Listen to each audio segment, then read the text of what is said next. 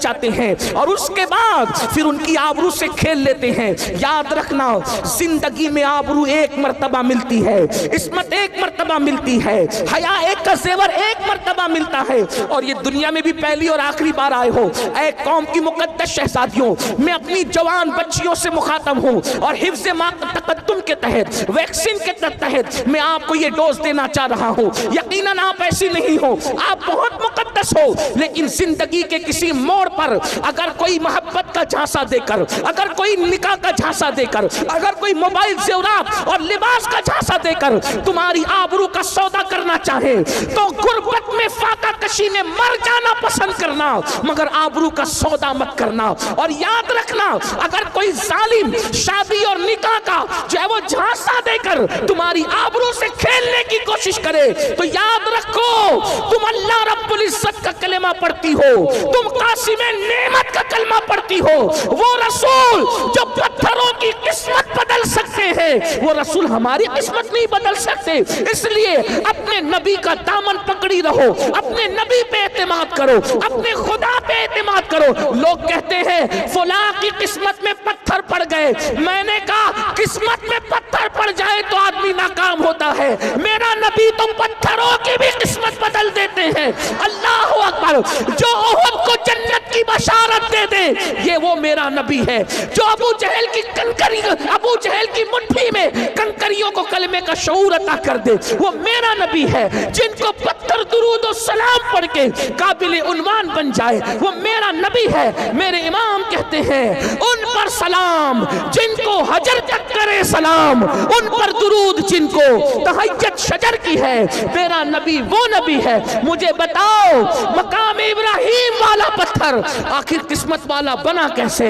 نبی کے نام پہ نرم ہو گیا، خدا نے اس کی قسمت بدل دی۔ اللہ اکبر! جن پتھروں نے نبی کا نقش قدم اپنے سینے پہ لے لیا، آج وہ پتھر منبر پہ رکھے جا رہے ہیں، میوزیم میں رکھے جا رہے ہیں، اللہ والے اپنے سر پہ اٹھا کے پھر رہے ہیں، مرنے والے وصیت کر کے مرتے ہیں کہ میری قبر کے سینے پہ رکھنا۔ یہ کون ہے؟ میرا نبی ہے جس نے پتھروں کی قسمت سنوار دیا، وہ ہماری نہ سنواریں گے؟ ان سے وفا کر کے تو دیکھو۔ اس لیے رشتے آنے میں تاخیر ہو گھبرانا نہیں، عمر بڑھ جائے گھبرانا نہیں۔ میری قوم کی بیٹیوں، غوث پاک کی امی جان کو تو کس عمر میں شادی ہوئی؟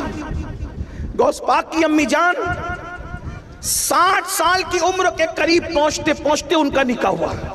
یہاں تو 30 سال کی عمر ہوتی ہے تو ماں باپ بھی گھبرا رہے ہیں، بیٹی بھی گھبرا رہی ہیں، محلے والے تانا دے رہے ہیں۔ یاد رکھنا جو چیز قیمتی ہوتی ہے وہ دیر سے ملتی ہے، اس لیے دیر سے رشتے آنے پر یا دیر سے شادی ہونے پر کوئی غم کرنے کی ضرورت نہیں ہے۔ جلدی ہو گیا اللہ کا کرم ہے، تاخیر ہو گئی اللہ کے ہر کام کا ایک وقت ہے، جب بھی وقت آ جاتا ہے تاخیر نہیں ہوتی۔ اس لیے قوم کی بیٹیاں کسی ظالم کا ہاتھ پکڑنے کی کوشش نہ کرے۔ اور آج کل تو سازش کے تحت مسلم بچیوں کے پیچھے ظالموں کو چھوڑا جا رہا ہے تاکہ وہ تمہاری آبرو سے کھیل کر کے تمہیں ہمیشہ کے لیے روتا بلکتا سسکتا چھوڑ دیں۔ ایسے وقت میں آپ کو اپنی عزت کی حفاظت خود کرنی ہے۔ میری بہنوں، اگر کوئی دیانت داری کے ساتھ کسی سے عشق کرے، سچا عشق کرے، اسلام ایسے عشق کی اجازت نہیں دیتا، اس کو ناجائز قرار دیتا ہے۔ تو جو عشق سازش کے طور پہ کیا جا رہا ہے تاکہ تمہاری کوک کو برباد کیا جائے، تمہاری آبرو سے کھیلا جائے، تمہاری خوشیاں ہمیشہ کے لیے چھین لی جائے، تمہیں سسکتا بلکتا چھوڑ دیا جائے، کیا ملے گا؟ دنیا میں غم، بربادی، تباہی، اور آخرت میں اللہ کا نہ ختم ہونے والا عذاب۔ اس لیے یاد رکھنا اور اچھی طرح یاد رکھنا، اپنے مذہب کو کبھی نہ چھوڑنا، کسی ظالم کا ہاتھ کبھی نہ تھامنا۔ میری بہنوں، اگر کلمہ پڑھنے والا بھی عشق کرے تو اسلام اس کی اجازت نہیں دیتا۔ اگر منکر اسلام تمہارے سامنے آنکھیں لڑائے تو اسلام اس کی اجازت کیسے دے سکتا ہے؟ میں آگے اور بھی گفتگو کرتا لیکن مغرب کا وقت بالکل قریب ہے۔ ایک آخری روایت پڑھ کر میں اپنی گفتگو کو تمام کرتا ہوں۔ علامہ عثمان ابن حسن رحمت اللہ علیہ اپنی کتاب میں ایک واقعہ لکھتے ہیں، اس واقعے کو بیان کر کے میں اپنی بات پوری کرتا ہوں۔ دیکھو، غیرت عورت کا سب سے بڑا سرمایہ ہے، حیا عورت کا سب سے بڑا سرمایہ ہے۔ میں اپنی بہنوں سے گزارش کرتا ہوں، کبھی زندگی پر ایسا موڑ آ جائے کہ معاذ اللہ کوئی آپ کو یہ کہے کہ اپنے ماں باپ کو چھوڑ اور میرے ساتھ چل، میں آپ کو ایک بات کہنا چاہتا ہوں، اگر بھاگ کر یا بھگا کر کوئی شادی کی جاتی ہے نا میری بہنوں، یہ ہم نے اپنے بڑوں سے سنا اور اتنی چھوٹی سی عمر میں بھی کئی تجربات ہو گئے، کیا جو لڑکی بھاگ کر شادی کرتی ہے آخری دم تک سسرال والے اس کو بحیثیت بہو کبھی قبول نہیں کرتے۔ 98% لڑکیوں کا یہ ہے، جب وہ شادی میں جاتی ہے تو ساری انگلیاں اس کی طرف اٹھتی ہے، دیکھ دیکھیے وہی ہے جو فلاں کی بیوی ہے نا، فلانی ہے، اس نے بھاگ کے شادی کی۔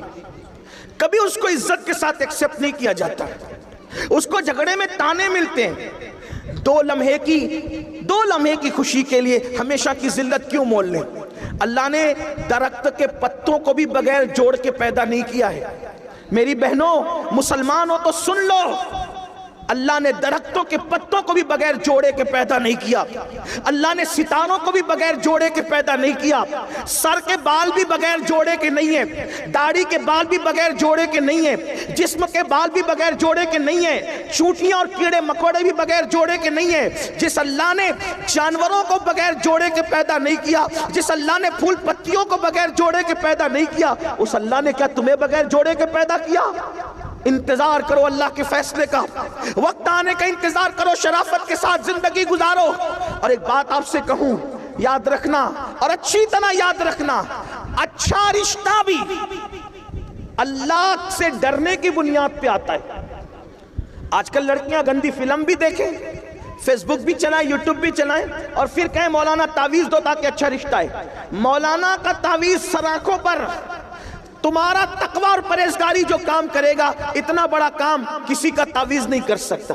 ایک مثال کے ذریعے سمجھاؤں، دیکھو، اچھا رشتہ بھی تقوی کی برکت سے آتا ہے۔ آپ نے اس واقعے کو مختلف تناظر میں سنا ہوگا، آج اس تناظر میں سن لیں، اچھا رشتہ بھی تقوی کی برکت سے آتا ہے، اچھا رشتہ بھی پرہیزگاری کی برکت سے آتا ہے، اچھا رشتہ بھی خوف خدا کی برکت سے آتا ہے۔ تو میری بہنوں آئیے سن لو، اچھا رشتہ کیسے آتا ہے۔ اللہ سے ڈرو، اللہ کا خوف کرو، گناہ مت کرو، گناہ سے بچو، اچھا رشتہ آئے گا۔ دلیل آپ نے سنا ہوگا، مدینہ منورہ کی سرزمین ہے، ایک بوڑھی کپ کپی والی آواز اچانک رات کے حصے میں نمودار ہوتی ہے، بیٹی جلدی سے دودھ میں پانی ملا دو۔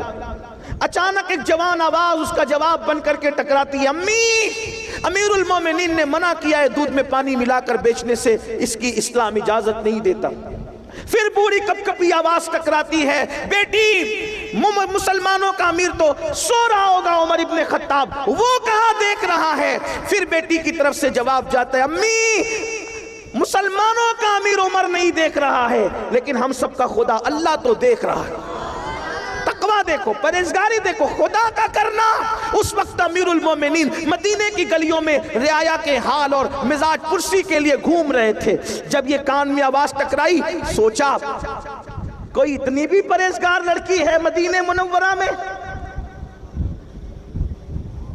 اس لیے کہ صحابہ کا دور اختتام کی طرف جا رہا تھا اور تابعین کا دور شروع ہو رہا تھا۔ اللہ کے رسول علیہ السلام پردہ فرما چکے تھے، امیر المومنین نہیں دیکھ رہے، اللہ تو دیکھ رہا ہے۔ یہ تصور تھا اس نوجوان لڑکی کا۔ آج کیا حال ہے؟ امیر المومنین نے گھر پہ نشان لگایا، معلومات لی تو پتا چلا وہ لڑکی کنواری ہے، اور اس کے بعد اپنے بیٹوں سے کہا کہ میں بوڑھا ہو گیا ہوں، تم میں کون ہے اس سے نکاح کرے گا؟